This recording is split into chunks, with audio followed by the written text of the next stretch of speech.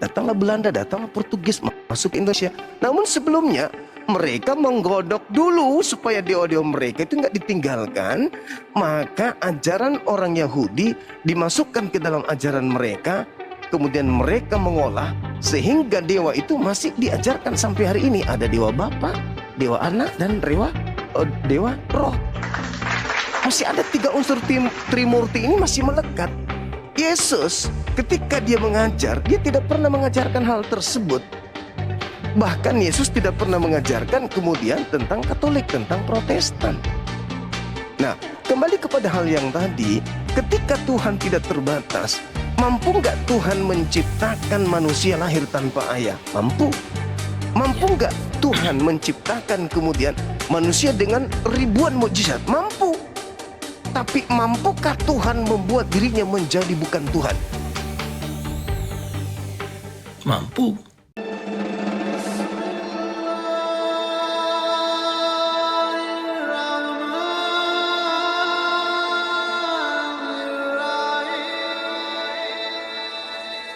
Oke, Bung. Gimana, Bang? Gimana? Iya. Saya join. Siap. Dari. Saya boleh bernarasi sedikit, Bung? Boleh, siap. Oke, baik. Kalau di dalam Islam tuh dikatakan bahwa apa yang disembah oleh orang-orang di luar Islam selain daripada Allah itu adalah inazan, itu adalah berhala, itu adalah penyesat atau iblis, abangku. Itu dalam Islam. Di luar Islam, apa yang mereka sembah selain daripada Allah itu adalah iblis.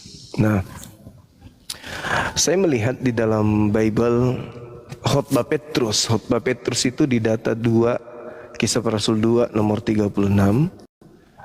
Orang-orang yang menginginkan penyaliban terhadap Yesus itu adalah orang-orang yang bertuhan, seperti orang Farisi, mahkamah agama, imam-imam kepala, ahli Taurat. Ahli Taurat ini adalah orang-orang yang sudah bertuhan, yaitu Tuhannya adalah Elohim menurut pandangan mereka, atau saudara kami Kristen mengatakan Historikal ya. Di zaman tersebut mereka tidak menerima Yesus. Justru karena mereka tidak menerima Yesus sebagai Tuhan dan Raja, justru karena itu mereka menyalibkan Tuhan Yesus seperti itu. Dan pernyataan Paulus yang menyatakan bahwa Tuhan Yesus adalah Yahweh menjadikan Tuhan Yesus sebagai Tuhan, itu adalah berdasarkan apa yang Tuhan Yesus itu sendiri sebutkan, bahwa dia adalah Firman yang telah menjadi manusia, seperti itu. Oke. Pemahaman Yesus, saya ya, Pak. iya bang. Jadi Yesus sebelumnya kan mengatakan di dalam Matius 12 38 sampai 40, angkatan jahat ini yaitu orang-orang Farisi, kemudian ahli Taurat, meminta satu tanda dan tidak akan diberikan tanda apapun kepada orang-orang jahat ini, orang Farisi dan orang ahli Taurat, selain tanda Yunus. Sebab Yunus 3 hari 3 malam dalam perut ikan, demikian juga anak manusia akan berada di dalam perut bumi. Itu adalah tanda untuk mereka angkatan jahat. Tapi biar bagaimanapun, angkatan jahat ini itu masih mengilahkan Yahweh. Ya. Iya kan? Nah, orang-orang jahat ini kemudian berupaya menyalibkan Yesus. Karena mereka tidak beriman, tidak percaya kepada Yesusnya. Ya. Sehingga ketika mereka berhasil menyalib, Petrus mengatakan bahwa semua orang Israel harus tahu bahwa Yesus yang kalian salibkan itu telah dijadikan menjadi Tuhan oleh Elohim. Ya, jadi orang-orang Farisi yang tadinya menyembah kepada Yahweh, ketika mereka menyalib Yesus, maka Yahweh membuat Yesus yang mereka salibkan itu sebagai Tuhan mereka. Nah, lalu ketika mendengarkan itu, orang-orang yang tidak beriman ini kecewa, terharu, merasa terpukul. Sehingga mereka bertanya kepada Petrus, kalau begitu apa yang harus kami lakukan? Kenapa harus yang kami salibkan ini kok jadi Tuhan bagi kami? Apa yang harus kami lakukan ini? Nah, Petrus mengatakan, bertobatlah, berilah dirimu dibaptis.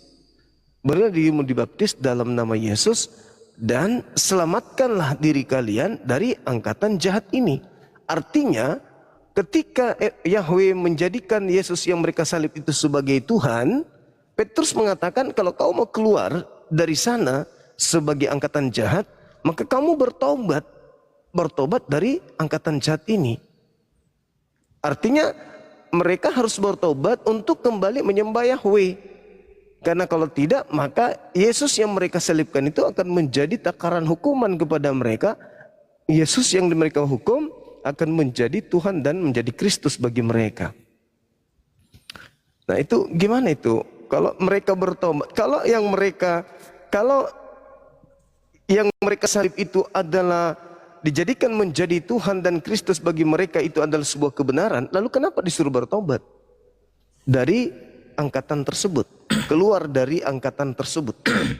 Nah, menurut pandangan saya ya Bang Zuma, di sana di awalnya mereka tidak percaya bahwa Yesus itu adalah anak Allah ya. Makanya secara sejarah mereka menyalibkan, dan ketika Petrus mengajarkan kebenaran bahwa Yesus itu adalah Yahweh itu sendiri, maka Petrus menyarankan bertobatlah, artinya bertobatlah karena kesalahan pemahamanmu yang sebelumnya. Dan pemahaman yang baru yang diajarkan oleh Petrus, itulah yang akan kamu ikuti. Seperti itu pemahaman saya Bang Zuma. Bukan Petrus meminta orang-orang yang menyalibkan Yesus karena mereka dikasih pemahaman baru, kebenaran baru bahwa Yahweh itu disalibkan oleh mereka dan dijadikan Tuhan Yesus itu dijadikan Allah, dan mereka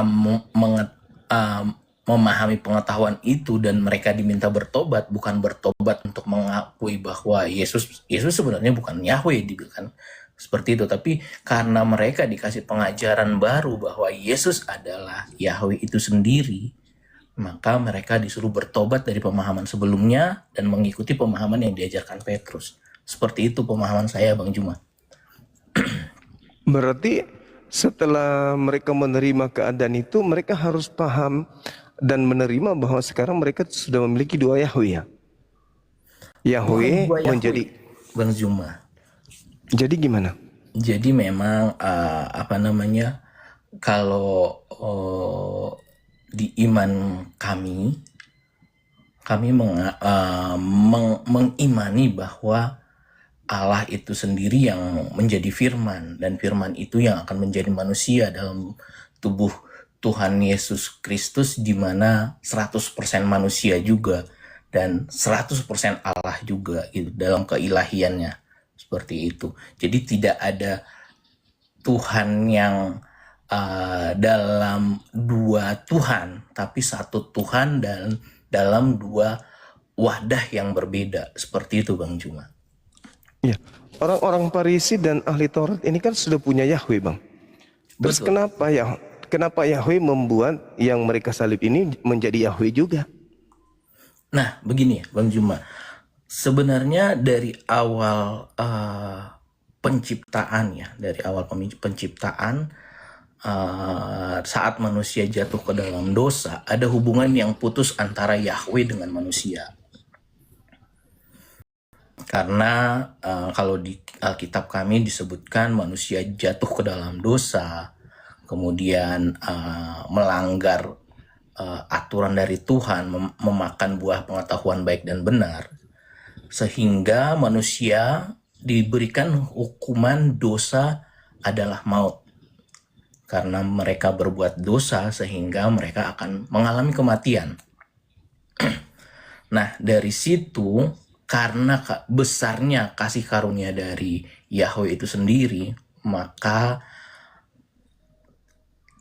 dinubuatkan akan ada anak manusia yang akan dikorbankan untuk memperbaiki hubungan yang telah rusak antara manusia dengan Yahweh itu sendiri.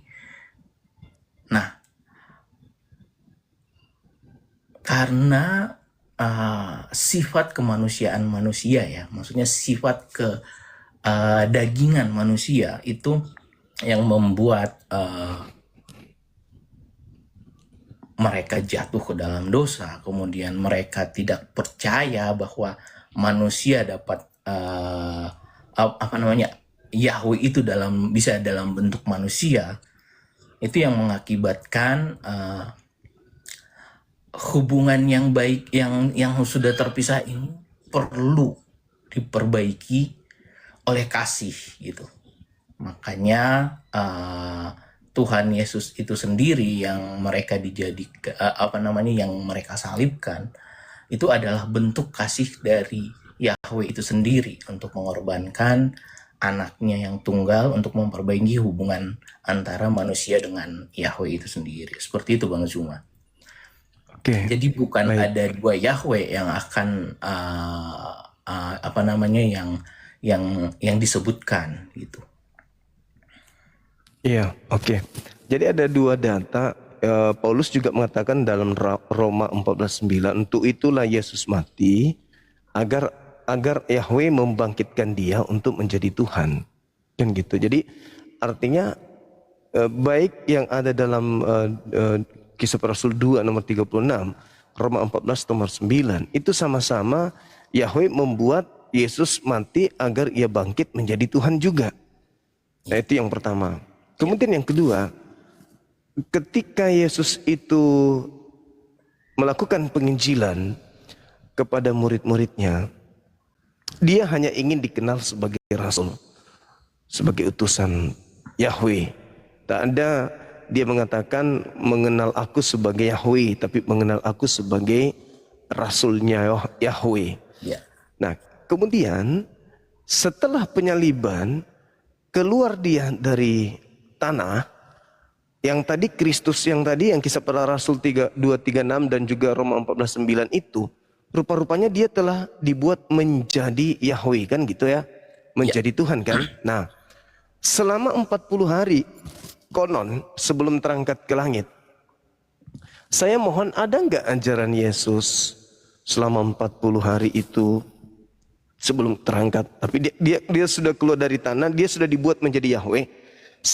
Selama 40 hari ini ada nggak ajarannya kepada orang-orang Yahudi bahwa dia adalah Yahweh itu sendiri yang turun ke bumi menjadi manusia, dibunuh manusia, lalu bangkit di hari ketiga setelah keluar dari perut bumi? Ada enggak Bang? Selama 40 hari Tuhan Yesus bersama murid-muridnya ya, sebelum dia terangkat ke surga, mereka ibaratnya kalau dalam bahasa kami itu menjadi kesaksian yang hidup Bang Juma. Artinya mereka mengajar, mereka berkhotbah di atas bukit seperti itu, dan banyak orang yang bertobat dan memberi diri dibaptis karena yang mereka lihat adalah bukti nyata yang bahwa anak manusia telah disalibkan dan mati, masuk ke dalam perut bumi dan bangkit di hari yang ketiga gitu. Selama 40 hari sejarah mencatat banyak mukjizat yang dilakukan Tuhan Yesus, sehingga banyak banyak yang murid-muridnya mendampingi Yesus itu berkhotbah di atas bukit, dan banyak yang bertobat dan memberi diri mereka dibaptis. Seperti itu Bang Juma. Iya. 40 hari ini adalah harusnya menjadi penentu kebenaran agama Katolik atau agama Kristen. Di mana ketika Kristen menganggap dia adalah Tuhan, dia adalah teofani dan seterusnya. Di saat 40 hari inilah harusnya Yesus ini yang adalah Yahweh mengajarkan keberadaannya dia sebagaimana yang diajarkan oleh gereja. Ya. Nah, di mana datanya, saudara? Di mana datanya? Yesus itu mengajarkan tentang dirinya harus disembah, dia adalah Yahweh itu sendiri. Kan sejatinya pada saat 40 hari benar-benar dia adalah Yahweh, disitulah harusnya dia menggaungkan kemudian bahwa dia itu adalah Yahweh yang turun menjadi manusia. Bukan nanti setelahnya. Paulus menulis setelahnya. Kemudian penulis Wahyu setelahnya, Lukas setelahnya, Markus setelahnya, Matius jauh puluhan tahun setelahnya. Kenapa pengajaran yang 40 hari ini tidak ada sedikit pun bukti yang tertulis bahwa Yesus mengajar dirinya Tuhan. Dia Yahweh. Sembahlah dia. Dialah Yahweh itu sendiri. Selama 40 hari, ngapain aja dia? Kalau Anda mengatakan, saudara saya mengatakan bermukjizat, maaf. Yesus sebelum kejadian itu pernah berkata kepada murid-muridnya untuk mewanti-wanti, waspadalah kalian. Camkanlah, aku telah mengatakannya terlebih dahulu.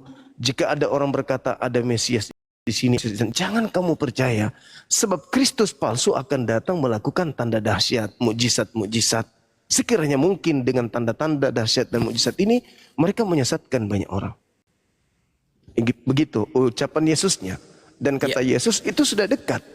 Waspadalah agar kalian jangan disesatkan, sebab akan datang banyak penyesat memakai namaku dan berkata, akulah dia.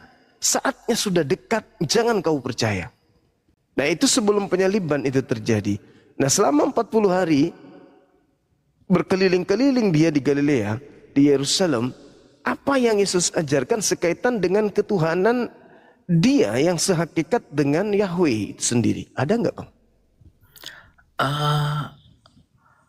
Ini pemahaman saya ya, Bang Juma ya. Iya. Selama Tuhan Yesus mengajar, tak sekalipun dia menyebutkan kalau terang-terangan ya, maksudnya secara gamblang, oke, aku Tuhan, sembahlah aku. Tidak ada seperti itu gitu. Tapi dari nubuatan dan tanda-tanda yang digenapi Yesus, bahkan sebelum Yesus lahir, itu yang membuat kami iman Kristiani, terutama saya pribadi, mempercayai bahwa Yesus adalah Tuhan. Seperti itu. Karena tanpa ada ucapan sekalipun, kami tetap mempercayai bahwa Yesus adalah Tuhan. Seperti itu. Iya. Artinya bahwa Yesus sedikit pun tidak menyentuh pengajaran selama 40 hari itu sebagai Yahweh. Tetap saja, bahkan malaikat mengatakan, Yesus yang kamu lihat terangkat ke langit, engkau akan melihatnya sama seperti dia terangkat ke langit. Dan dia duduk di atas surga, di atas langit pun masih dalam keadaan sebagai anak manusia. Iya. Berarti ungkapan iman, kepercayaan, keyakinan itu hanya berasal dari Kristen itu sendiri, bukan berasal dari Yesus.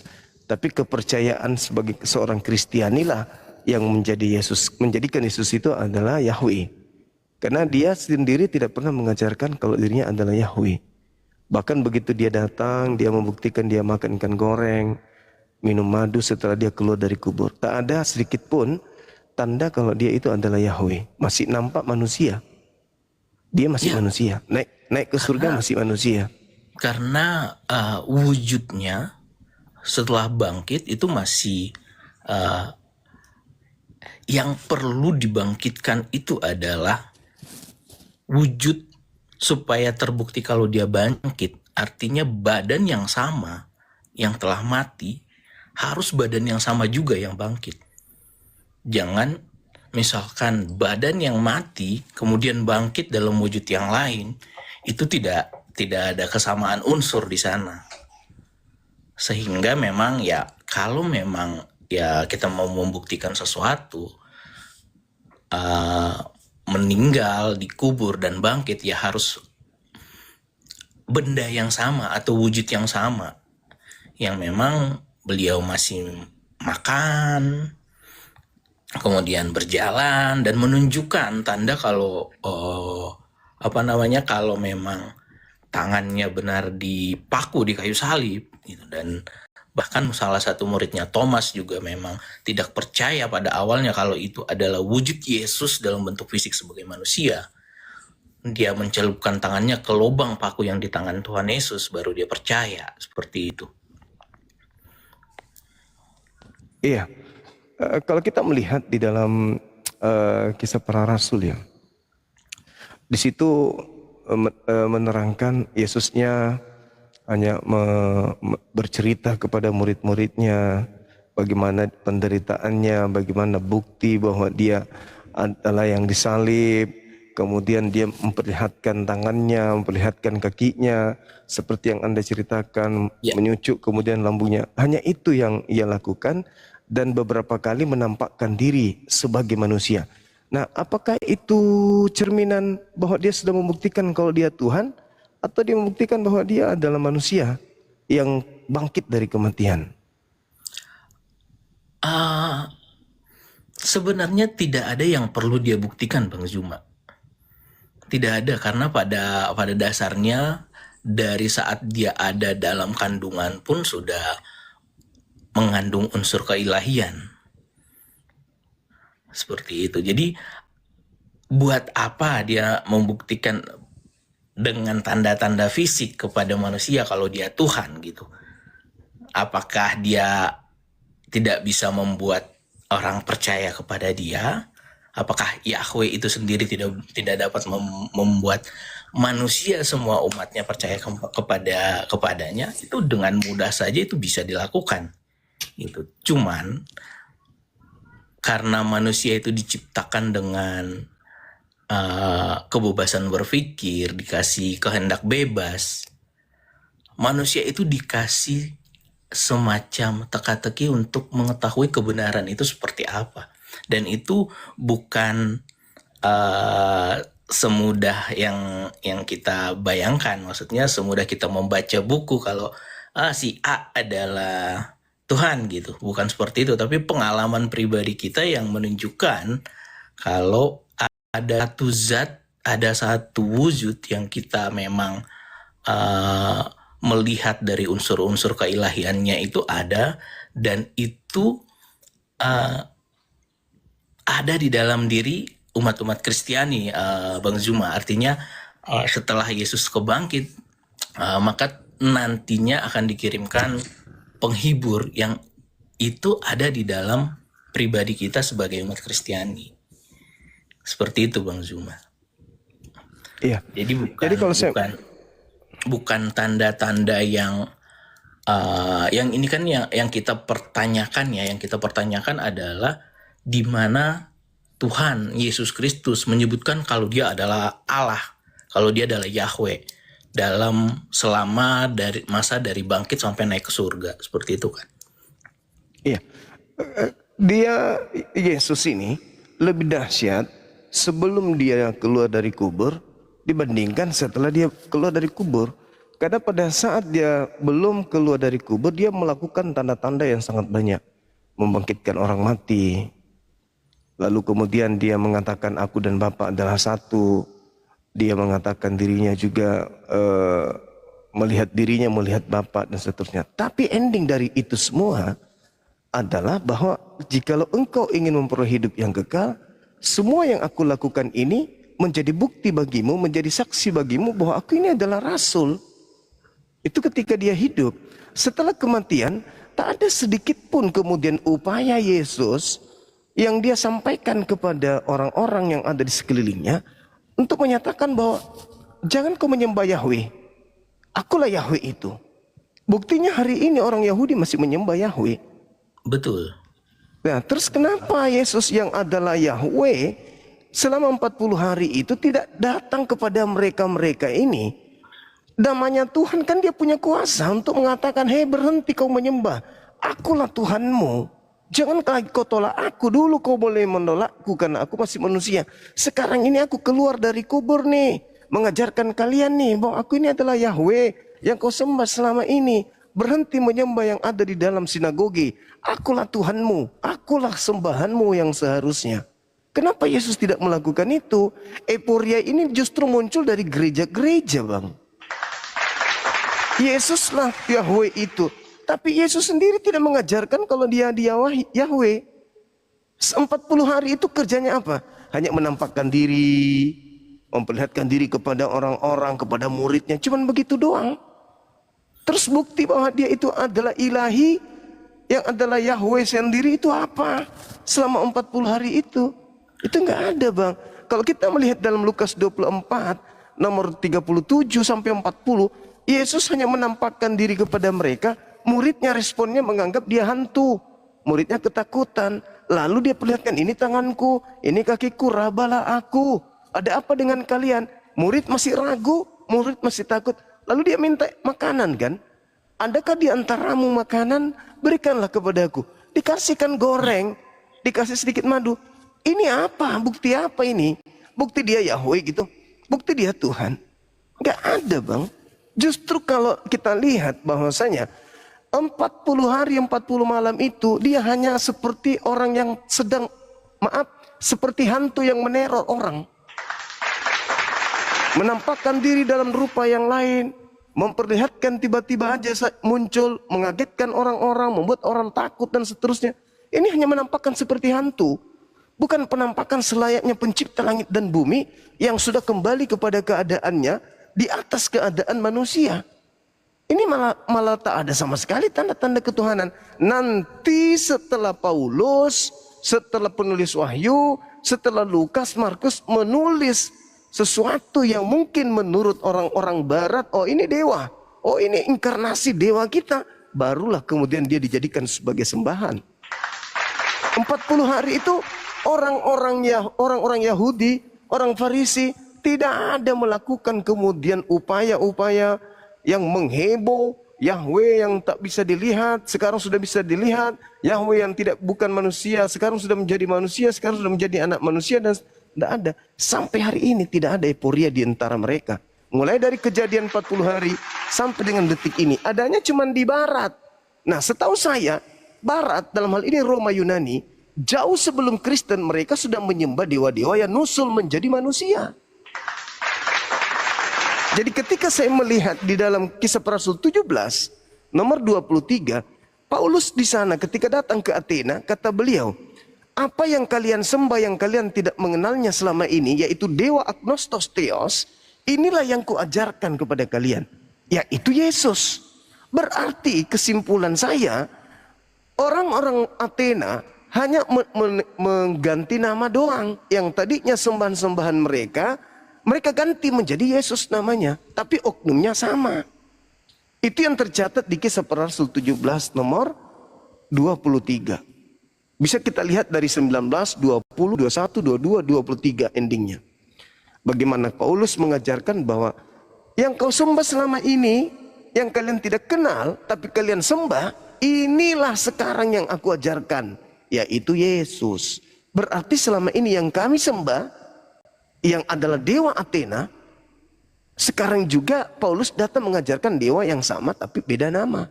Yesus berkata kepada orang Yahudi, waspadalah kepada penyesat yang datang kepadamu memakai namaku. Paulus memakai nama Yesus untuk mengajarkan orang-orang Athena menyembah kepada dewa mereka, tapi dalam skala prioritas bernama Yesus, bukan lagi bernama agnostos theos, tapi Yesus. Makanya mereka bukannya menghancurkan rumah ibadah, bukannya menghancurkan patung-patung dewa-dewa mereka. Enggak. Justru mereka melanjutkan tradisi lama dengan mengganti Yesus doang. Yang tadinya agnostos theos, Zeus, mereka menggantinya Yesus. Makanya Natalan masih berlanjut, makanya mingguan masih ibadah mingguan, makanya tetap aja makan babi, mereka tidak bersunat. Karena kenapa? Tradisi tidak berubah, cuma nama sembahan yang berbeda. Begitu Bang.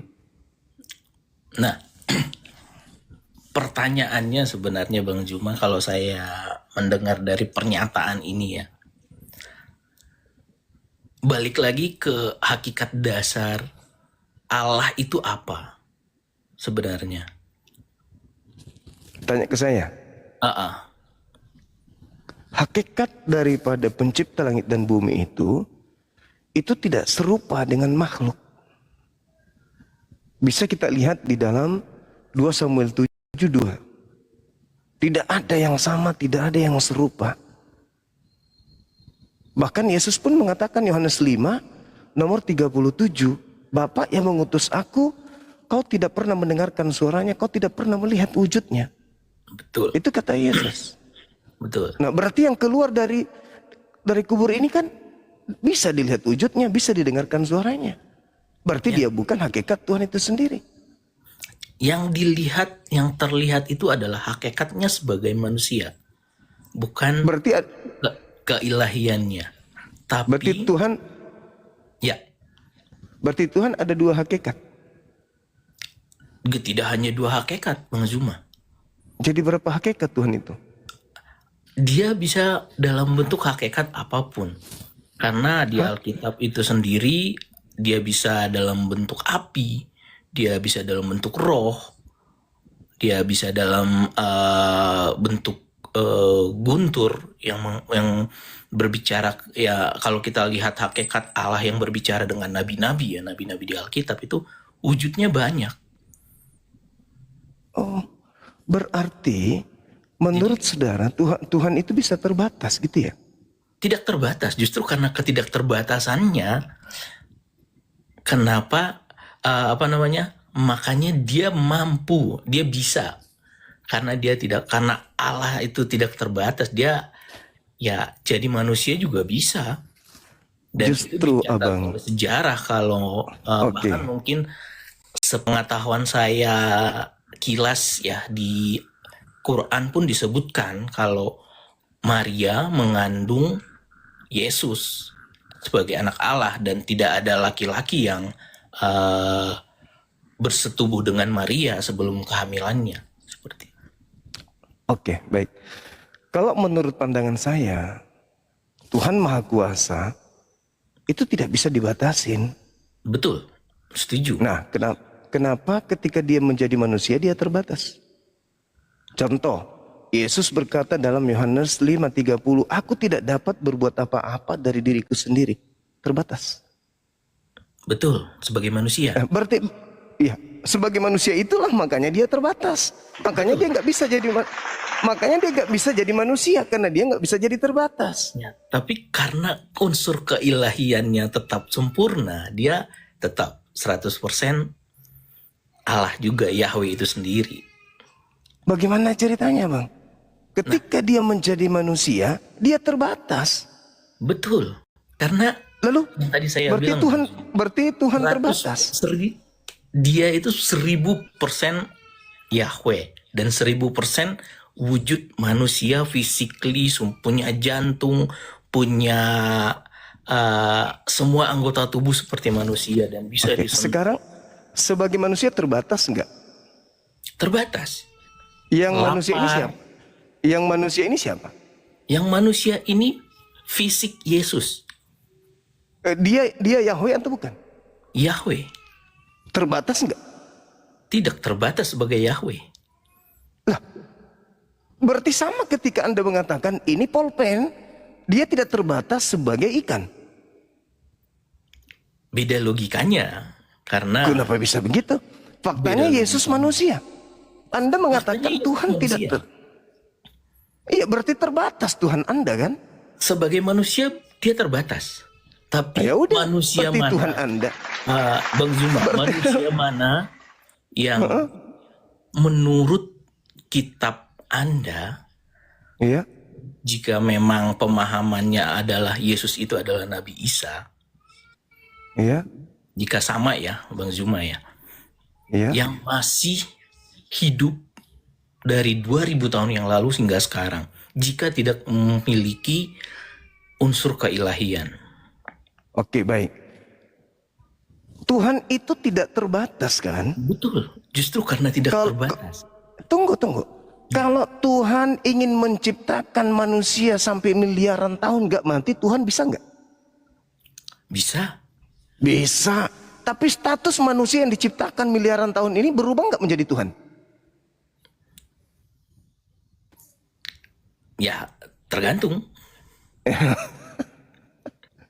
Saya tanya kepada saudara, apakah Tuhan yang Maha Kuasa mampu menjadikan satu manusia hidup miliaran tahun? Bisa.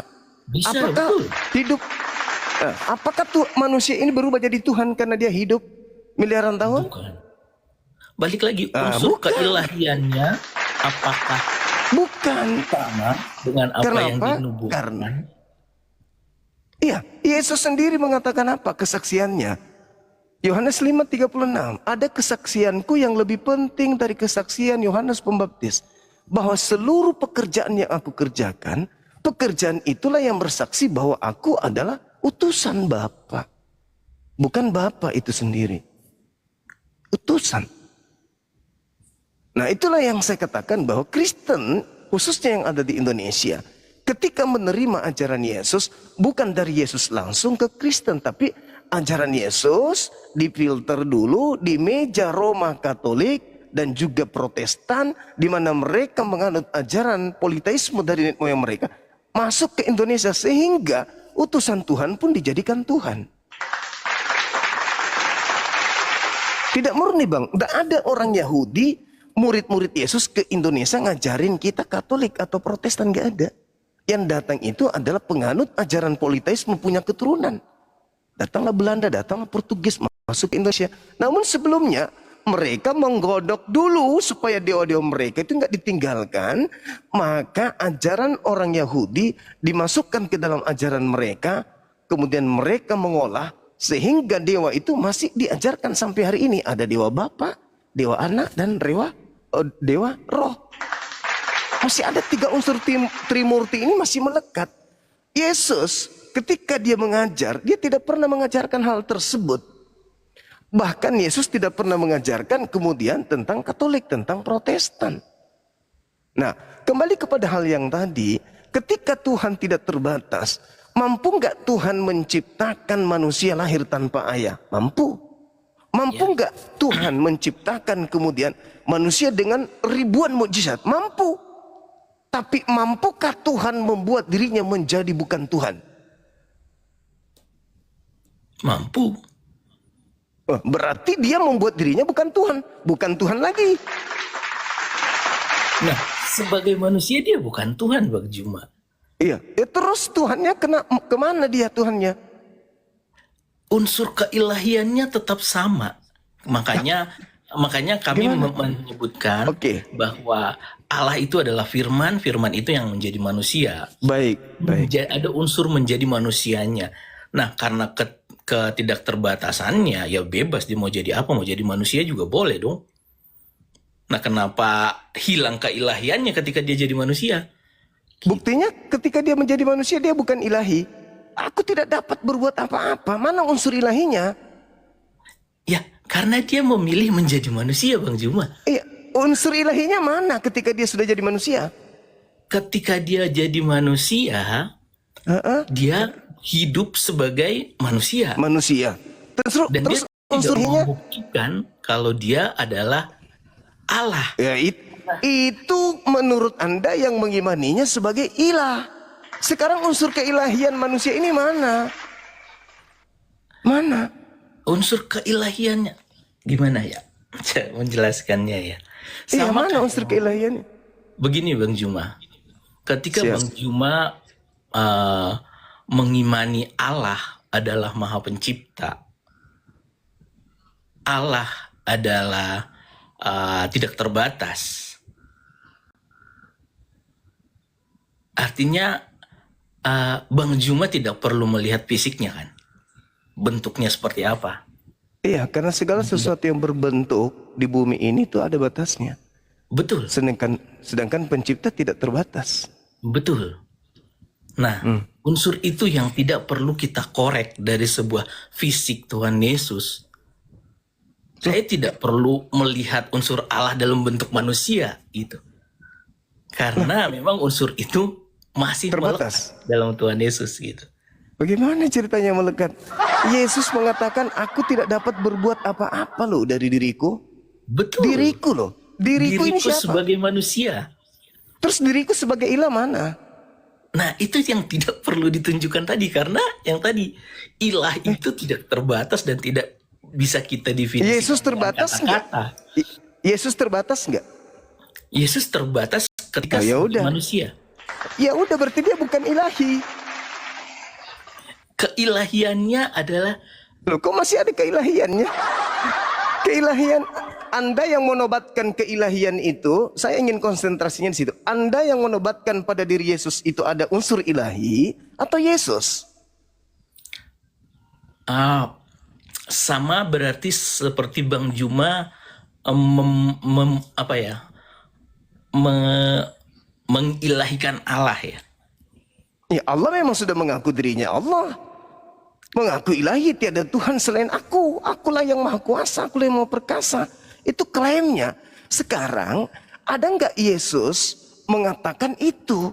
Kalau dia memiliki kemudian unsur keilahian. Ada Yesus mengatakan itu? Tidak ada. Tidak ada. Tapi Berarti Anda yang... Tapi Anda yang unsur-unsur Gimana? keilahiannya itu sempurna.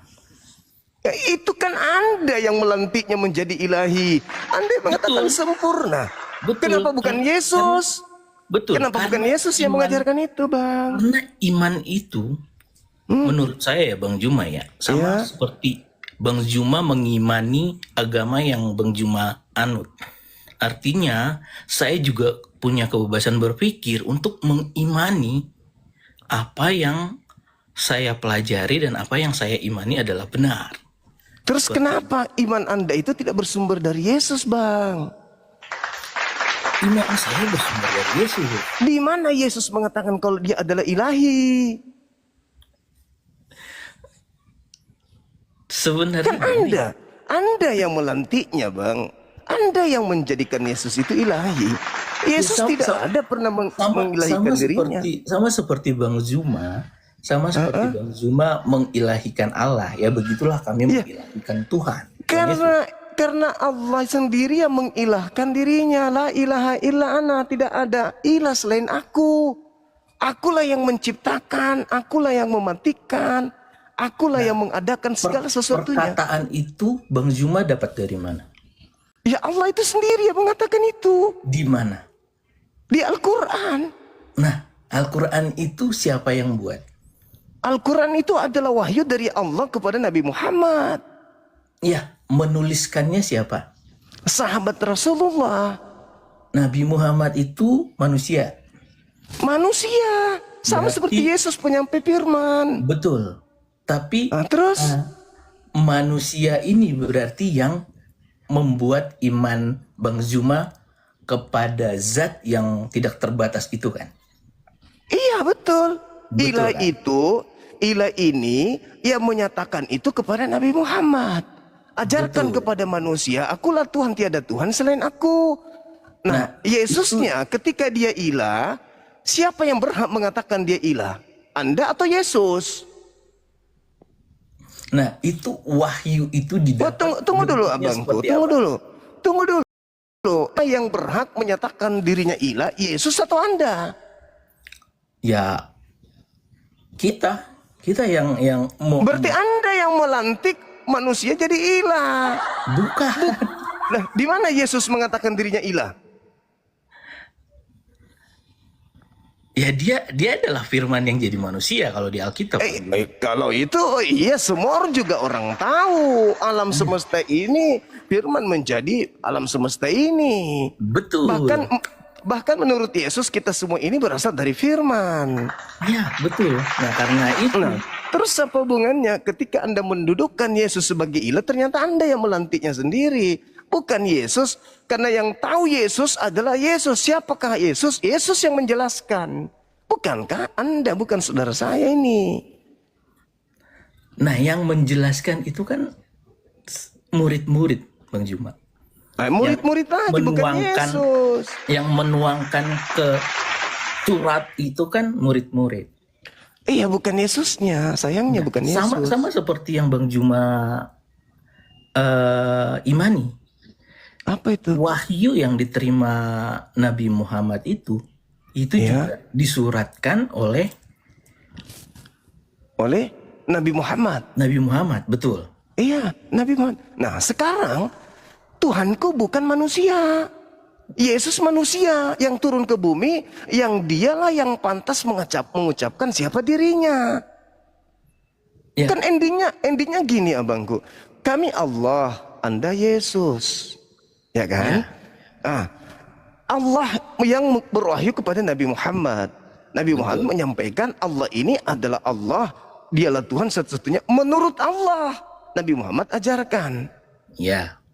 Nah, sekarang Yesus tidak mengajarkan siapa-siapa kalau dia adalah Allah. Kalian datang dari luar, bangsa asing dari Yahudi, mengatakan dia adalah Yahweh, Allah itu sendiri. Ilmunya dari mana? Ilmunya dari iman ya. Udah, kalau begitu kancing baju juga bisa Anda katakan hilang. Sama Yesus halnya yang seperti itu. Sama halnya ketika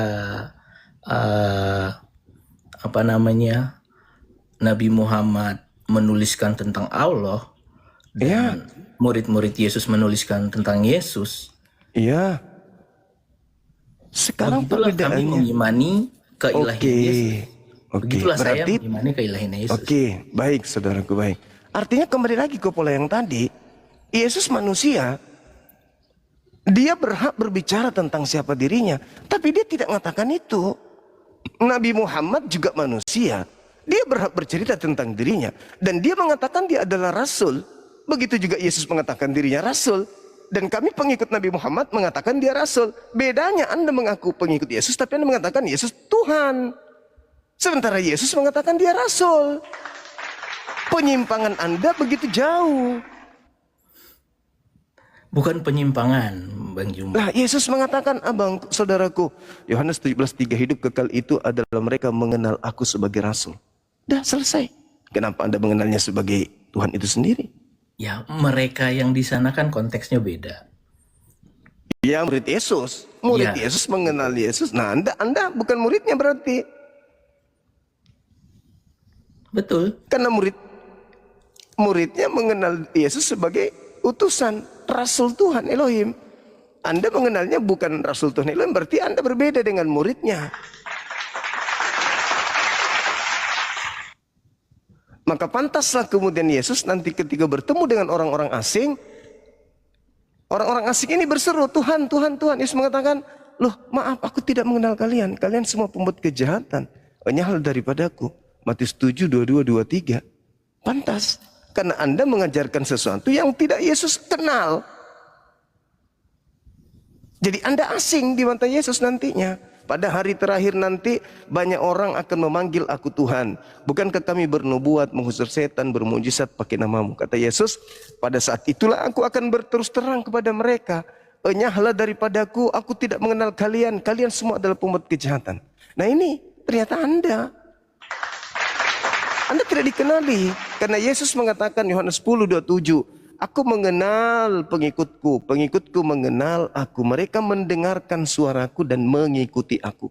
Kalau Anda mendengar suara Yesus, tidak ada suara Yesus yang mengatakan aku adalah ilah, aku adalah Yahweh, sembahlah aku. Itu nggak ada. Makanya tadi ku bilang 40 hari Yesus setelah keluar dari kubur dia ngapain? Hanya tampil seperti teror, menampakkan diri. Seketika itu menampakkan diri. Terus lucunya nih, setelah dia menampakkan diri 40 hari 40 malam, tidak ada kemudian ajaran orang-orang yang menulisnya untuk diajarkan kepada orang-orang Yahudi. Tetapi selamanya diajarkan kepada orang-orang di luar Yahudi. 13 surat buku Paulus itu, 13-nya semuanya dituliskan untuk orang-orang non-Yahudi. Kenapa orang ketika kemudian Yesus ini adalah benar-benar Yahweh, Tuhannya Yahudi, kenapa Yesus lupa kepada orang Yahudi? Kenapa enggak ngajarin orang Yahudi menuhani, aku loh Yahwehmu? Aku loh Yahwehmu. Justru Paulus ke Athena mengajarkan, dewa kamu Yesus loh. Kenapa nggak ngajarkan orang Yahudi? Yahweh yang kalian sembah selama ini, yang kemudian membebaskan kalian dari Mesir, yang datang kepada Musa, itu Yesus loh yang keluar dari kubur. Kenapa nggak ngajarin kayak gitu, Bang? Pertanyaannya sebenarnya bukan kenapa, Bang Juma. Untuk apa? Tapi Untuk apa? untuk dia kan datang untuk dipercaya untuk menyelamatkan orang katanya kan? Ya, betul. Terus kenapa dia nggak selamatkan orang Yahudi? Ya. Untuk apa untuk apa dia hanya menyelamatkan orang Yahudi? Karena dia datang bukan hanya untuk orang Yahudi. Terus kenapa nggak ngajar orang Yahudi dulu? Orang Yahudi ini sudah dikasih tanda, dan sampai saat ini juga kalau Bang Juma lebih paham mungkin ya, gimana agama Yahudi tidak percaya kepada Tuhan Yesus. Bukan nggak percaya. Keluar dari kubur itu Yesus berikan tanda untuk orang jahat. Ketika orang benar datang bertanya, Guru berikan kami tanda. Apa yang Yesus berikan tandanya? Matius 24 nomor 3, murid minta tanda. Orang benar minta tanda. Tanda yang diberikan oleh Yesus kepada orang benar, Yesus nampak di tengah langit. Lalu orang jahat pun datang. Matius 12 nomor 38 sampai 40. Guru berikan kami tanda. Orang jahat diberi tanda, anak manusia keluar dari kubur. Itu untuk orang jahat. Sedangkan orang benar, anak manusia, Yesus tampil di tengah langit. Antara tanda orang jahat dan tanda orang benar itu berbeda. Kristen berada di mana? Sayangnya berada di tanda angkatan jahat. Yang diperingati pasca keluar dari kubur. Itu tanda untuk orang jahat. Diterima oleh orang Kristen. Orang Yahudi tidak menerimanya. Murid-muridnya tidak menerimanya. Contoh, Lukas 24 nomor 11. Ketika murid-murid diberitakan oleh Maria bahwa Yesus tidak ada di kubur, dia bangkit. Apa kata murid ke-11 muridnya? Itu omong kosong, tidak masuk akal. Itu cerita dongeng. Masa iya guru Yesus itu keluar bangkit dari kubur? Itu bohong. Murid-murid gak percaya. Bahkan ketika bertemu orang yang ngaku Yesus pun, mereka ketakutan mengira hantu. Ini bukan Yesus ini. Karena mereka memang tidak diberi tanda bahwa aku akan bangkit pada hari ketiga. Itu untuk orang jahat. Itu untuk orang jahat. Makanya dikatakan tadi di awal, di Kisah para Rasul 2:36, seluruh orang Israel harus tahu bahwa Kristus yang kau salibkan itu telah dijadikan menjadi Tuhan dan Kristus untuk kalian, angkatan jahat. Tapi bukan Tuhan untuk angkatan benar. Kenapa? Angkatan benar Tuhannya Elohim, bukan Yesus. Nah, sekarang posisi Kristen di mana? Di antara dua angkatan ini, angkatan jahat atau angkatan benar? Sama-sama Yahudi. Kristen menjadi pengikut siapa? Kristen menjadi pengikut angkatan jahat. Makanya di Matius 23 nomor 15, Yesus berkata kepada murid-muridnya, celakalah engkau wahai ahli Taurat, celakalah engkau wahai orang Farisi, celakalah engkau wahai orang munafik. Engkau menjelajahi daratan, menyeberangi lautan untuk mentobatkan orang menjadi pengikutmu. Setelah menjadi pengikutmu, kau jadikan mereka orang neraka dan 2 kali lebih jahat daripada engkau sendiri. Jadi ada orang Farisi, ahli Taurat yang menyeberangi lautan, menjelajahi daratan, mentobatkan orang-orang di luar Yerusalem menjadi pengikutnya. Setelah menjadi pengikutnya, menjadi orang neraka dan 2 kali lebih jahat daripada mereka orang Farisi. Tapi pada kenyataannya orang-orang yang pengikut Tuhan Yesus itu meneladani kehidupan Tuhan Yesus, Bang Juma. Tidak ada satupun orang-orang yang pengikut yang meneladani kasih dari Yesus yang seperti tanda-tanda yang Bang Juma sebutkan tadi. Saudara, ketika Yesus berpesan, waspadalah kepada penyesat yang datang kepadamu memakai namaku. Mereka akan menyesatkan orang dan berkata, akulah Kristus. Mereka akan melakukan tanda dahsyat. Mereka akan melakukan mujizat-mujizat, kekuatan-kekuatan. Sekiranya mungkin menyesatkan banyak orang.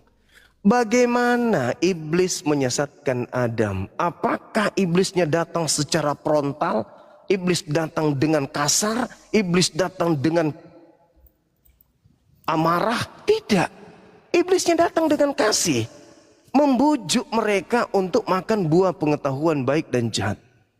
Jatuh mereka dengan makan buah itu. Begitulah iblis. Kata Yesus, dia datang menyesatkan. Ya tentu dengan cara-cara yang nampak baik. Itu bisa diterangkan di dalam apa? Di dalam pengajaran Matius 7:15 sampai 23 itu. Mereka nampak baik. Bahkan Yesus mengatakan di Matius 15 nomor 9.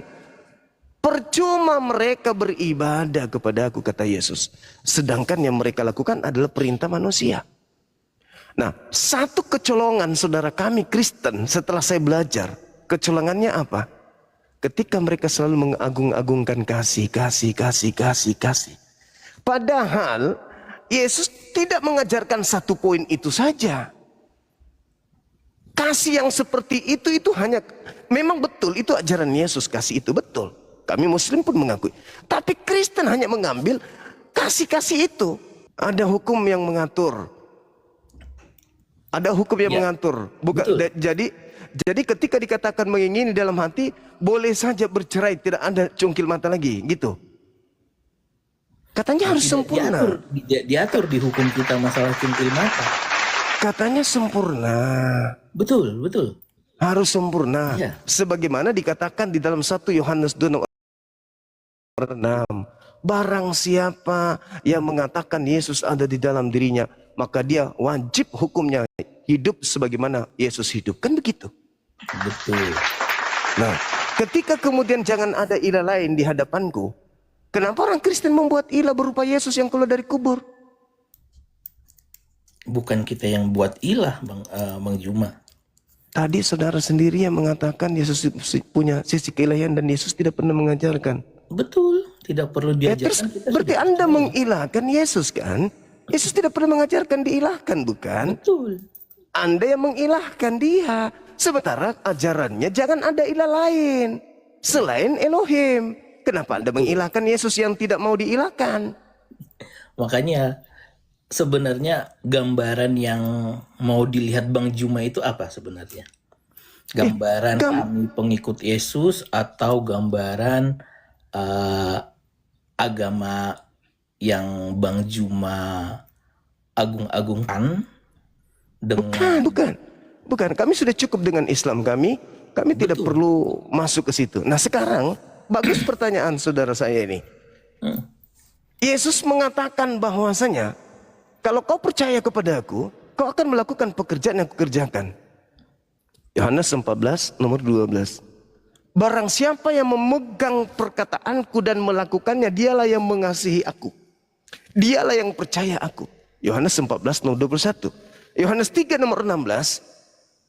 Begitu besar kasih karunia Tuhan akan dunia ini sehingga ia menugerahkan Yesus. Barang siapa percaya Yesus, dia tidak binasa melainkan memperoleh hidup yang kekal. Betul. Seluruh rangkaian ajaran Yesus, pekerjaan Yesus, ucapan Yesus kita susun dari A sampai Z. Habis itu kita praktekkan. Tidak akan menjadikan kita menjadi Katolik, menjadi Kristen. Tetapi menjadikan kita menjadi seorang Yudaisme yang taat, orang soleh. Sebagaimana Yesus orang soleh. Nah, bagaimana dengan Kristen? Bagaimana dengan ajaran Paulus? Seluruh ajaran Paulus kita rangkai dari A sampai Z, lalu kita praktekkan, maka kita tampil seperti Kristen hari ini. Jadi saudaraku, memang ada Kristus lain. Menurut Yesus kepada Yahudi, waspadalah agar jangan disesatkan, sebab akan datang banyak Kristus yang memakai namaku dan berkata, akulah Kristus. Mereka akan menyesatkan banyak orang.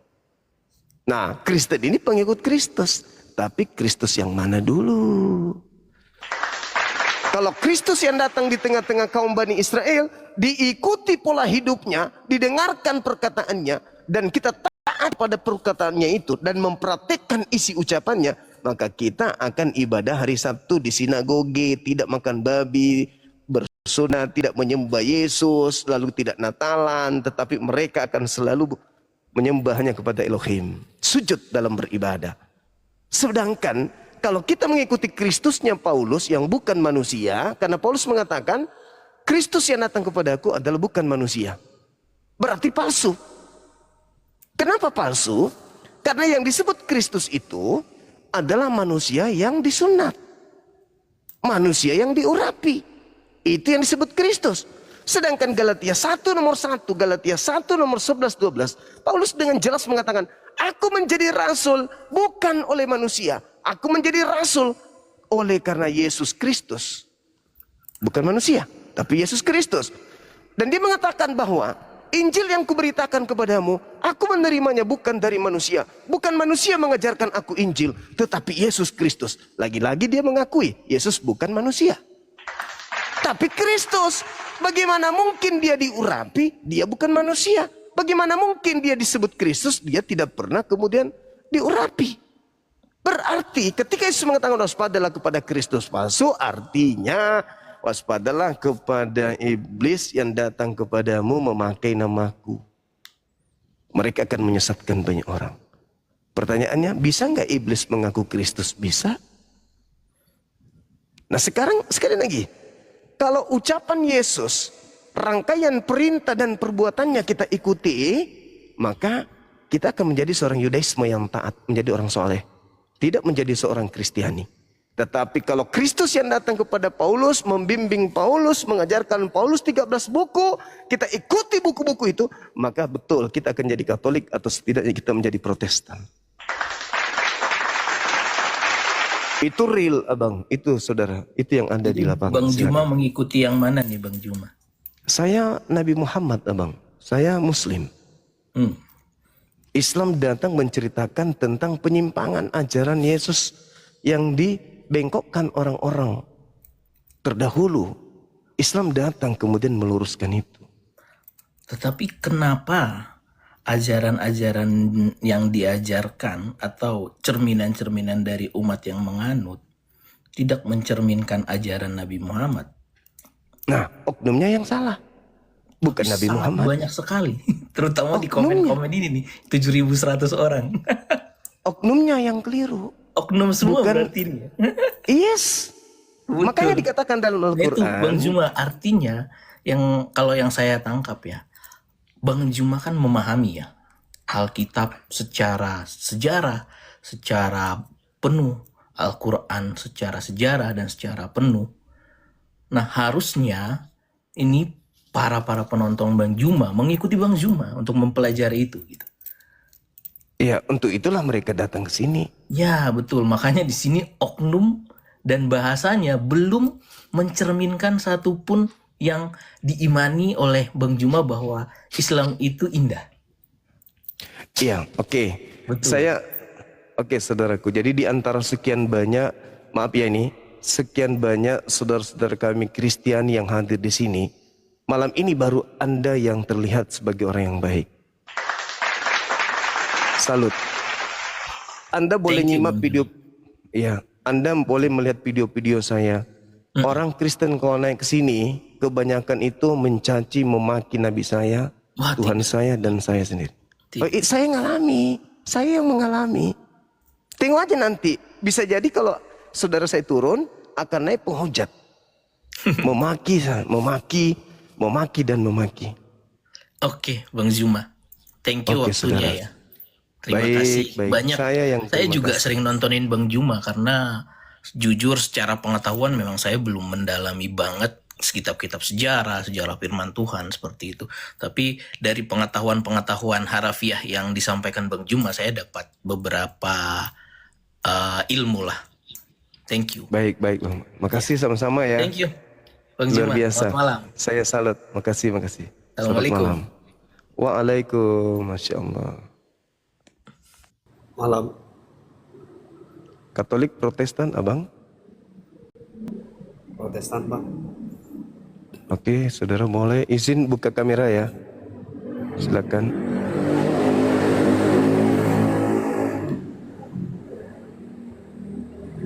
Halo?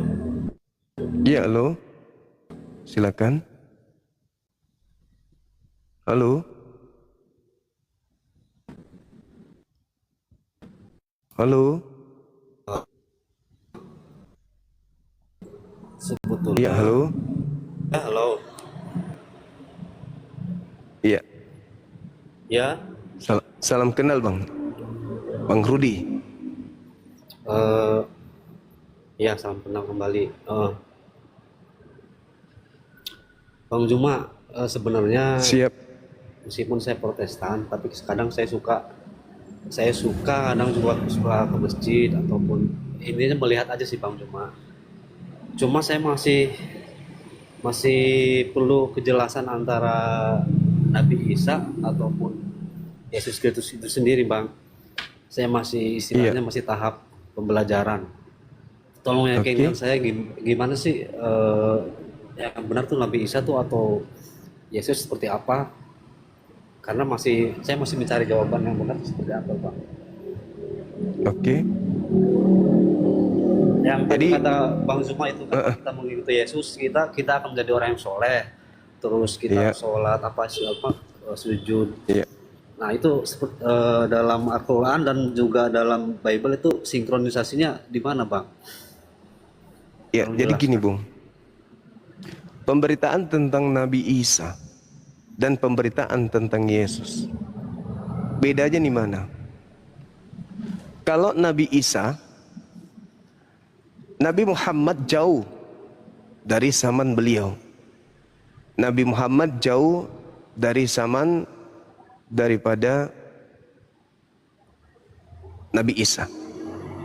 Nabi Isa ada di abad pertama, sedangkan Nabi Muhammad adanya di abad ke-7. Nabi Muhammad tidak mengetahui apapun tentang Nabi Isa alaihissalam. Itu dulu. Jadi Nabi Muhammad tidak melakukan penelitian, Nabi Muhammad tidak melakukan penyelidikan, Nabi Muhammad tidak hidup sesama dengan Nabi Isa dan seterusnya. Seketika itu saja datang informasi kepada beliau yang dibawa oleh Roh Kudus kepadanya yang menceritakan tentang keberadaan seorang nabi yang datang di tengah-tengah kaumnya Bani Israel. Sebagai berita gaib yang kemudian Allah ceritakan kepadanya. Nah, lalu kalau Bible adalah cerita yang disusun berdasarkan hasil penyelidikan, bukan pewahyuan. Disusun dari kesaksian-kesaksian orang yang ada pada zaman itu. Memang zamannya lebih dekat dengan TKP. Penulisnya juga lebih dekat dengan TKP. Waktunya juga lebih dekat dengan kejadian perkara. Lebih dekat memang. Tapi kualitas informasinya hanya dihasilkan dari kesaksian-kesaksian manusia biasa. Sedangkan Al-Quran, Nabi Muhammad jauh dari keadaan itu. Nabi Muhammad tidak ada di tempat itu. Jauh dari tempat hidupnya. Jauh dari masa hidupnya. Akan tetapi kualitas informasi yang didapatkan Nabi Muhammad itu bukan dari orang, bukan dari manusia, tapi dari pencipta langit dan bumi yang maha menyaksikan keadaan tersebut. Maka lebih akurat pemberitaan Nabi Muhammad daripada orang-orang yang hanya menerima dari orang-orang. Karena pencipta langit dan bumi itu maha melihat. Sama seperti Nabi Musa. Nabi Musa tidak hidup di zaman Nabi Abraham. Tidak hidup di zaman Nabi Adam. Tapi Nabi Musa menceritakan tentang Adam. Kenapa? Bukan Nabi Musa sesama Adam. Bukan Nabi Musa sesama dengan Abraham. Tetapi yang maha menyaksikan yaitu Allah mewahyukan kepada Nabi Musa. Sehingga akurasi daripada pemberitaannya itu tidak ada keraguan. Karena bukan dari manusia dia melakukan penelitian. Berbeda dengan Bible. Memang dia dekat. Tapi tidak dari Elohim, bukan dari pencipta, melainkan dari kesaksian.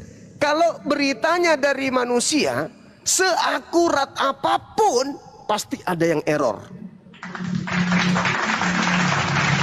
Tapi kalau pemberitaannya dari pencipta langit dan bumi yang maha melihat, sejauh manapun jaraknya pasti tetap valid. Karena Tuhan tidak pernah salah. Pencipta langit dan bumi tidak pernah keliru. Nah sekarang, ketika informasi ini Anda bertanya, apa sinkronisasinya? Nabi Isa turun di tengah Bani Israel Apakah di situ sudah ada berita tentang Yesus? Tidak ada. Apakah di situ sudah ada berita tentang Al-Quran? Tidak ada juga.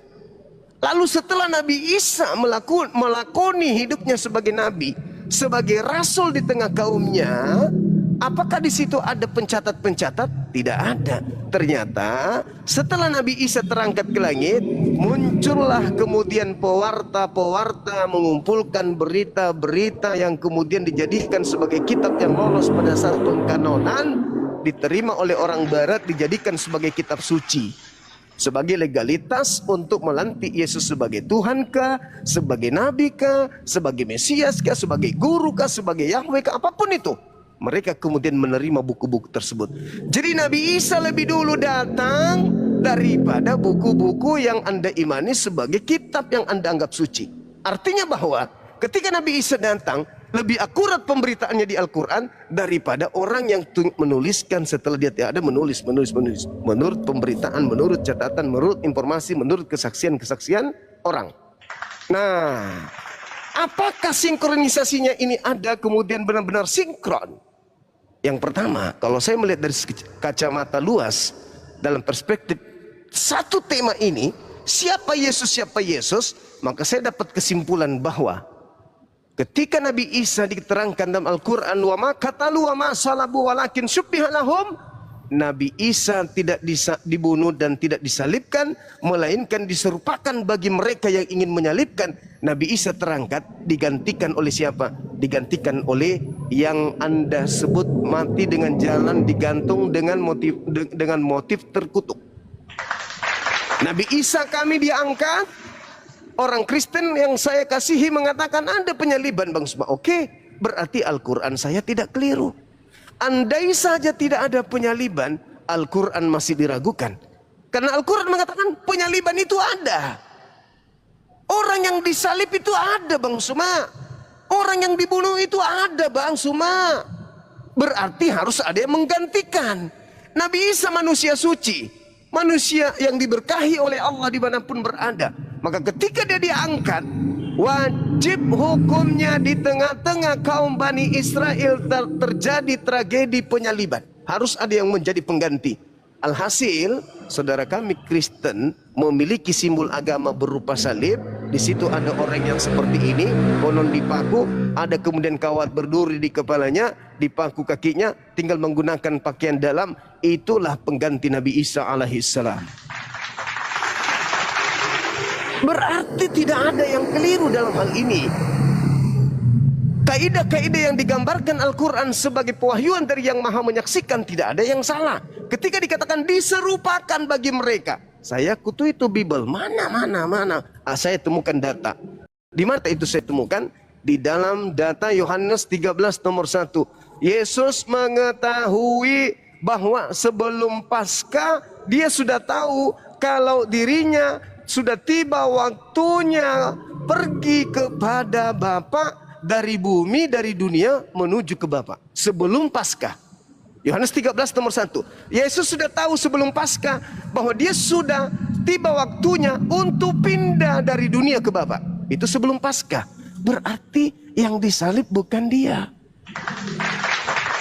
Yang kedua, Lukas 22 nomor 68, ketika oknum ini disidang, apakah engkau adalah Mesias?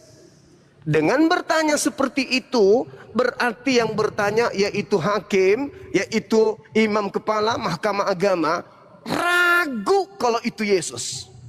Kalau ada orang yang mengenal Bang Suma, lalu kemudian dia bertanya, apakah engkau Bang Suma anak Makassar itu? Berarti yang bertanya ini ragu dan tidak mengenal saya. Tapi kalau dia sudah yakin saya adalah Suma, tidak mungkin bertanya seperti itu. Nah, sekarang ketika dia mengatakan bahwa apakah engkau Mesias, apakah engkau adalah Yesus, apakah engkau anak Maria, apakah engkau adalah anak Elohim, apa kata oknum tersebut? Apalagi gunanya aku menjawab, dan apalagi gunanya aku bertanya? Apa katanya? Yang disidang yang disangka Yesus. Mulai sekarang Yesus sudah duduk di atas, di sebelah kanan Tuhan yang Maha Kuasa. Berarti yang disidang, yang ditanya ini, yang ditangkap ini, yang bakal disalib ini bukan Yesus. Yang ketiga, Ya, Bang. ada lagi? Silakan. Kalau mau ditanggapi silakan. Udah, Bang. Dah. Terima kasih. Mudah-mudahan saya bisa lebih mempelajari Islam lebih dalam. Baik. Alhamdulillah. Insya Allah.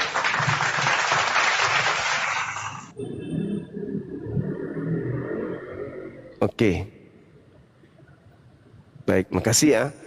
Saya telepon admin. Sama-sama, Bang. Oke. Sabar teman-teman. Turunkan, Bang. Iya. Saya telepon dulu admin saya. Katanya YouTube saya error tuh ya. Teman-teman non muslim boleh nggak ketik di bawah 1 bang?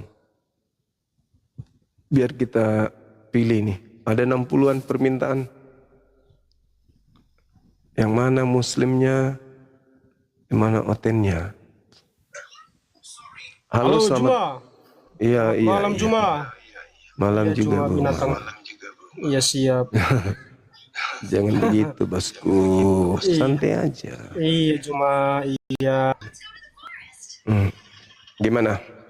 Buka kameranya. Iya Juma. Iya Juma. Juma binatang. Ya nggak apa-apa. Ini tema gimana?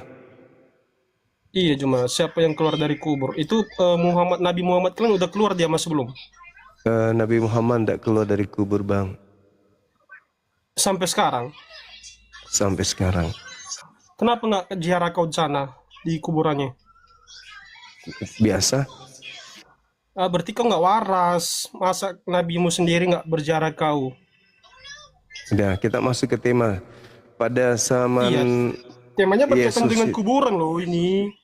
Iya makanya yang keluar dari kubur itu siapa?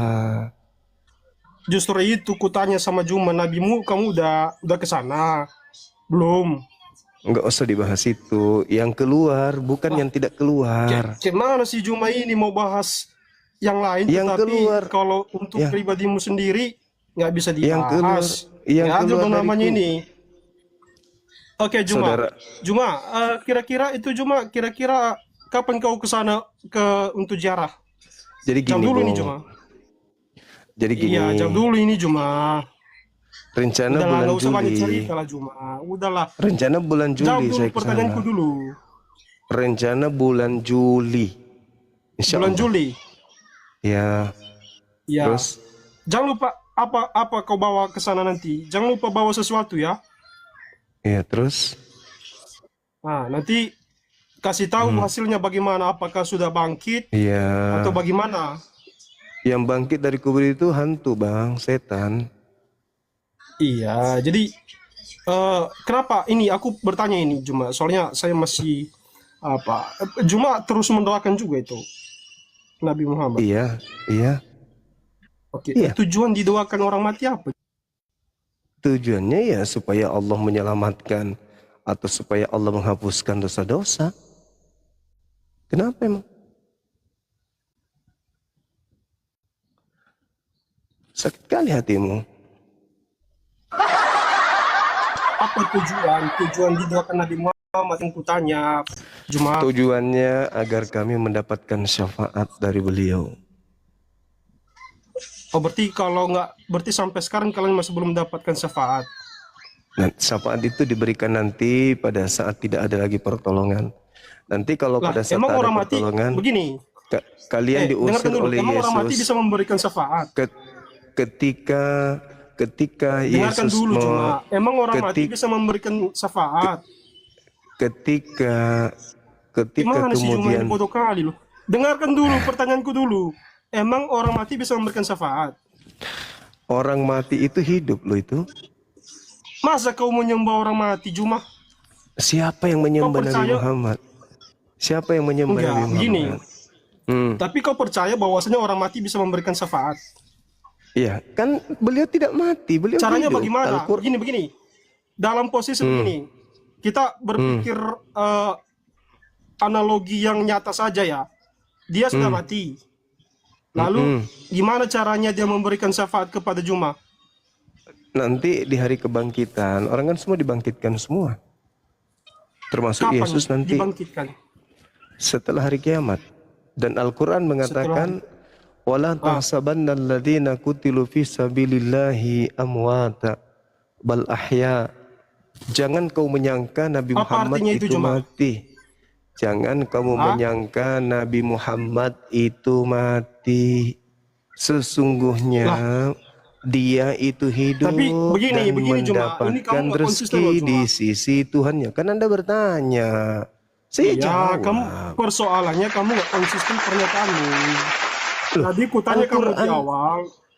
Tadi kutanya kau di awal. Nabi Muhammad dia sudah bangkit atau masih belum? Lalu kamu jawab tadi belum. Ya kan begitu. Ya, Lalu kalau terakhir kamu bangkit, bilang dengar dulu, dengar ya. Kalau bangkit seperti setan, tidak. Ada Oke, yang keluar dia dari hidup. kubur merangkak Begini. sehingga kosong kuburannya, beda. Beda. Kalau ada orang keluar dari kubur itu iblis. Yesus mengatakan itu Pertanyaan di saya dalam cuma begini, pertanyaan Yohanes saya, 12 dengarkan ya. nomor 31. Makanya Juma, ketika Yesus dengarkan dulu, mengatakan, Juma. dengar dulu, iblis Dengar dulu. dilemparkan keluar dari kubur, ada yang datang kepada muridnya. Di Lukas 24 nomor 37, murid-murid Yesus mengatakan bahwa yang keluar dari kubur itu adalah hantu. Dibuka, jangan di-mute. Jadi begini cuma yang kutanyakan Lukas 24 nomor 37, orang yang keluar dari kubur itu oleh murid-muridnya dikira hantu. Di-mute dulu. Jangan di-mute dulu, jangan di-mute. Bilang sama Menurut murid-murid, bilang sama moderator. menurut murid-muridnya, menurut murid-murid Yesus, yang keluar dari kubur itu dikiranya hantu.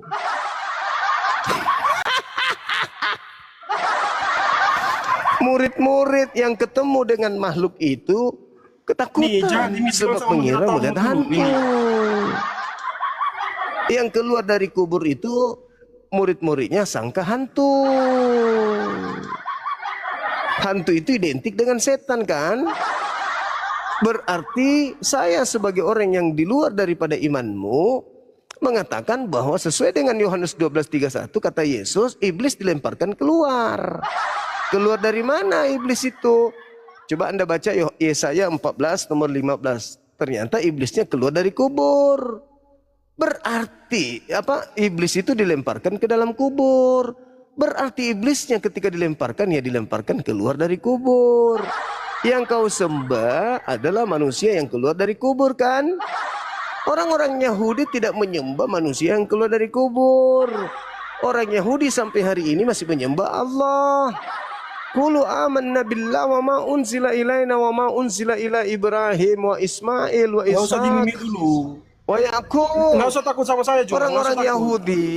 Orang-orang Yahudi masih menyembah kepada Allah. Sedangkan kamu menyembah kepada orang yang keluar dari kubur yang Oke. murid-murid Yesus anggap hantu. Oke. Saya boleh bertanya? Saya boleh bertanya? Anda kan sudah bertanya dari tadi. Saya boleh bertanya satu pertanyaan? Iya, udah siap kau bicara dulu. Tadi udah bertanya kau tadi. Oke. Saya nggak pernah bertanya. Pertanyaan Saya. itu masih belum kamu Anda jawab. yang bertanya dari tadi. Pertanyaan saya nih, dengarkan. Pertanyaan itu masih Dengarkan. Menurut murid Yesus, dengarkan dulu pertanyaan orang dulu. yang Masih belum kamu jawab tadi. orang yang keluar dari kubur dikiranya Tuhan atau dikiranya hantu? Jawab. Jawab. Murid Yesus ketika bertemu dengan orang yang keluar dari kubur, dikiranya Tuhan atau dikiranya hantu? Jawab. Oke. Pertanyaan saya masih belum kamu jawab tadi cuma. Nanti akan saya jawab ini pertanyaannya. Jawab dulu. Jawab dulu Bang. pertanyaanku. Jawab Apa tujuannya dulu. untuk mendoakan terus orang mati? Jawab dulu. Jawab dulu. Ini dong. berkaitan dengan Jawab dulu dong. Sama seperti doa Bapak apa kami. tujuannya Bapak di doa dimuliakanlah namamu. Bapak dimuliakanlah namamu. Itu kau juga berdoa sama Bapak. Iya kan? Hosana, Cuma- Hosana, Hosana anak Daud. Kiranya diselamatkan Yesus anak Daud. orang juga mendoakan Yesus. Hosana, Hosana, Hosana, Hosana. Lalu kemudian di Matius 23:39 kata Yesus, engkau tidak akan melihat aku lagi sampai engkau berkata, semoga diberkati dia yang datang dalam nama Tuhan. Halilintar. Bisa kau bicara cuma? Hosana, Hosana, Hosana. Diberkati. Orang gila kau cuma. Semoga kesejahteraan. Semoga diberkati Yesus yang datang dalam nama Tuhan. Hosana, Hosana. Semoga diberkati Yesus yang datang dalam nama Tuhan. Hosana, Hosana. Semoga diberkati Yesus yang datang dalam nama Tuhan, anak Daud. Oke, besok kau bicara cuma. Boleh Oke, saya jawab? Pertanyaan saya. Ya. Dari tadi kau berbicara lu cuma ganti-ganti ya. Murid Yesus ketika menemukan orang keluar dari kubur, mereka mengira itu Tuhan atau mengira hantu? Jawab, silakan. Jawab dulu pertanyaan saya tadi pertama. Apa tujuanmu? Orang mati. Kamu jawab.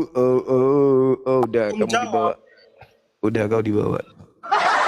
Aku tidak mau ribut, nggak mau ribut. Aku nggak mau ribut, jangan sampai kau kumaki, kau sakit hati nanti, dan saudaraku Kristen yang lain tersinggung, gitu loh. Yuk aja.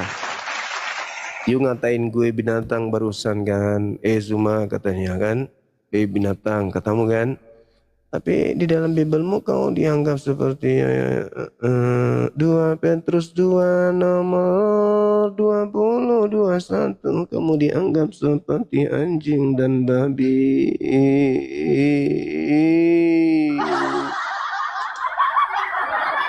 Jangan kau memberikan mutiara kepada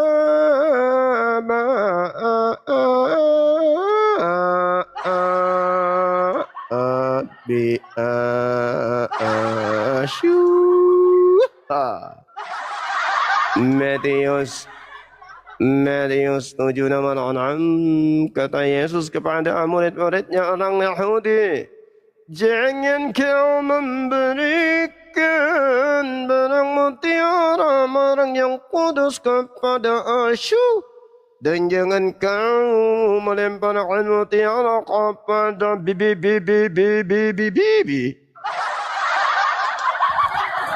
Aku diutus hanya kepada domba, tidak patut roti yang disediakan untuk anak diberikan kepada anjing suh. Siapa yang dibilang anjing suh sama Yesus pada saat itu adalah orang-orang di luar Yahudi yang kemudian bertemu dengan dirinya. Jangan kau sebut saya binatang kawan.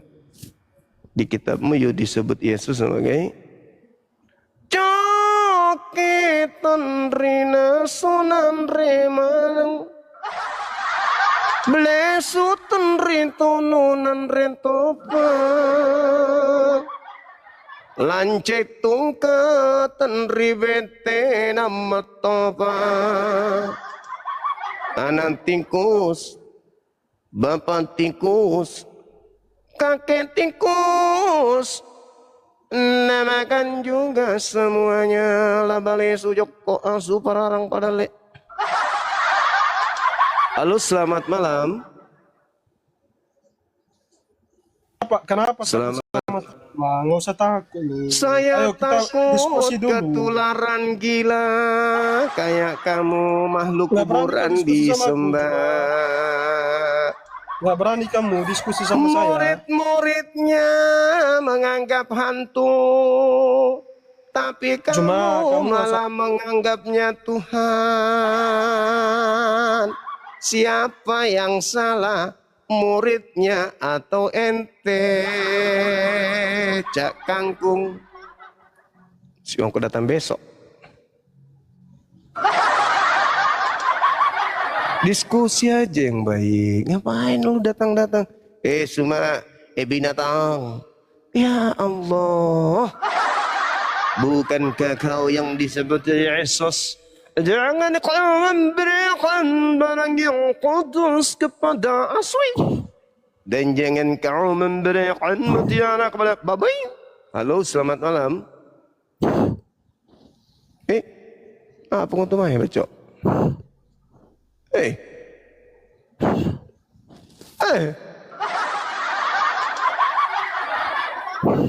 ini, kau kayak orang yang dikasih anggur asam udah mau mati.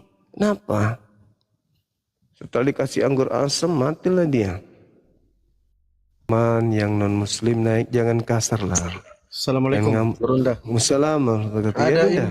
Ada info ini. Siap. Dia maunya Bang Zuma yang chat, tapi ini saya sudah komunikasi. Dia maunya Bang Zuma masuk ke room dia katanya. Kan saya Siapa? tawarkan begini. Itu yang Bang Zuma tadi sebut, Ria Kristi itu. Oh gitu. Iya, jadi saya tadi tawarkan. Iya. Kalau misalkan beliau mau 2 kali diskusinya. Malam ini di room Bang Zuma, nanti berikutnya baru di room dia. Apa Gitu. katanya? Tapi maunya dia ini Bang Zuma masuk ke roomnya. Nanti dia live gitu. Suruh ke sini. Suruh ke Saya sini. lobby dulu kan, lobby dulu. Biar dia Iya, yang ke suruh ke sini. Besok saya ke sana. Siap. Gitu. Aman, siap. Izin. Bilang ditunggu sekarang. Iya. Siap, 1 kan, jam saya aja. Siap. Iya. Suruh bawa tumpukan-tumpukan Bibelnya ya. Halo, selamat malam. Malam. Ngaku Murtadin dari Makassar. Stres kalau aku turun di bawah taping dia bawa ngamuk dia. Halo, selamat malam. Halo.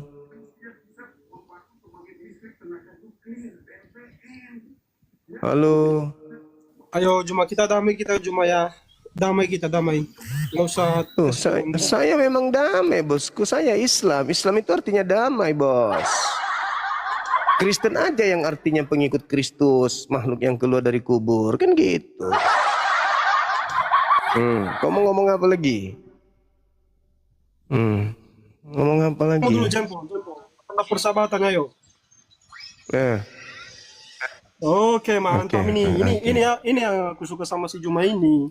Topi Kawan kita, miring Juma, ya? kapang. Iya. Juma, Kau ini minum aku mau apa? nanya nih, Minum Juma. Kenapa ini tiap kali aku minum naik di apa? room, kamu selalu kasih turun? Kamu nggak usah takut sama aku lu, Juma. Iya, aku tanya dulu, minum apa malam ini? Vodka, topi miring, cap tikus, kencing onta, atau apa? Juma, kau fokus dengan pertanyaan saya tadi, Juma. Ini yang kutanyakan tadi. Apa tujuannya kalian doakan orang mati? Kenapa kamu nggak mau menjawab pertanyaanku? Kenapa? Nanti akan saya jawab. Kita gantian dulu. Iya. Boleh kan? Barang siapa yang bersalawat kepada Nabi, semakin banyak dia bersalawat, semakin berpotensi mendapatkan syafaat nanti ketika tak ada lagi Persoalannya pertolongan. Oke, Apa persoalannya dia sudah mati. Bagaimana Kata siapa sekarang beliau ini mati? dia memberikan syafaat? Kata siapa beliau mati? Mati dalam perspektif apa ini? Orang yang meninggalkan dunia itu tidak mati, dia masih hidup. Kamu Tapi kalau begini, masuk ke Jas. kubur, kau tidak mati, kau hidup. Tapi tadi Juma menyatakan kalau dia secara jasmaninya, tadi saya tanya tadi sama si Juma, dia sudah bangkit apa belum? Lalu kamu Dia belum. pindah alam, namanya alam Bahkan begini, barzakh. tadi Pak Juma, Tapi Allah Juma tadi mengatakan, bilang, wala bulan tahsabanna alladziina bulan Juli mau qutilu ke fi sana, mau sabilillahi ziarah amwata, tadi, kata Juma bal tadi, bulan ahya, bal ahya. Akan tetapi dia hidup. Sial.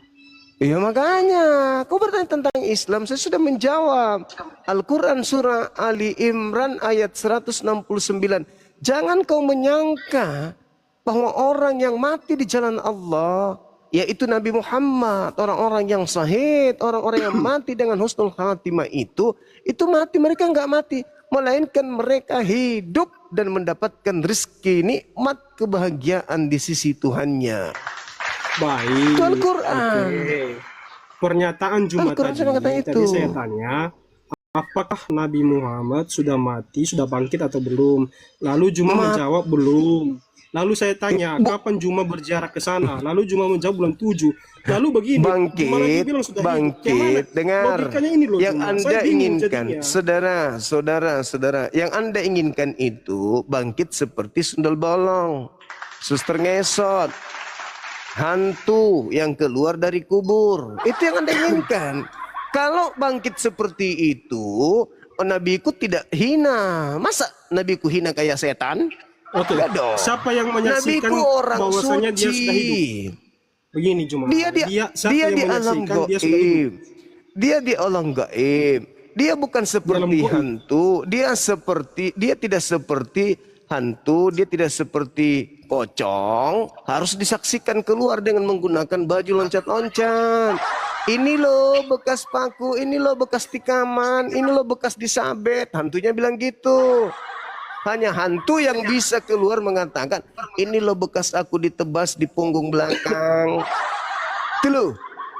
Kata Yesus, yang keluar dari kubur itu adalah iblis.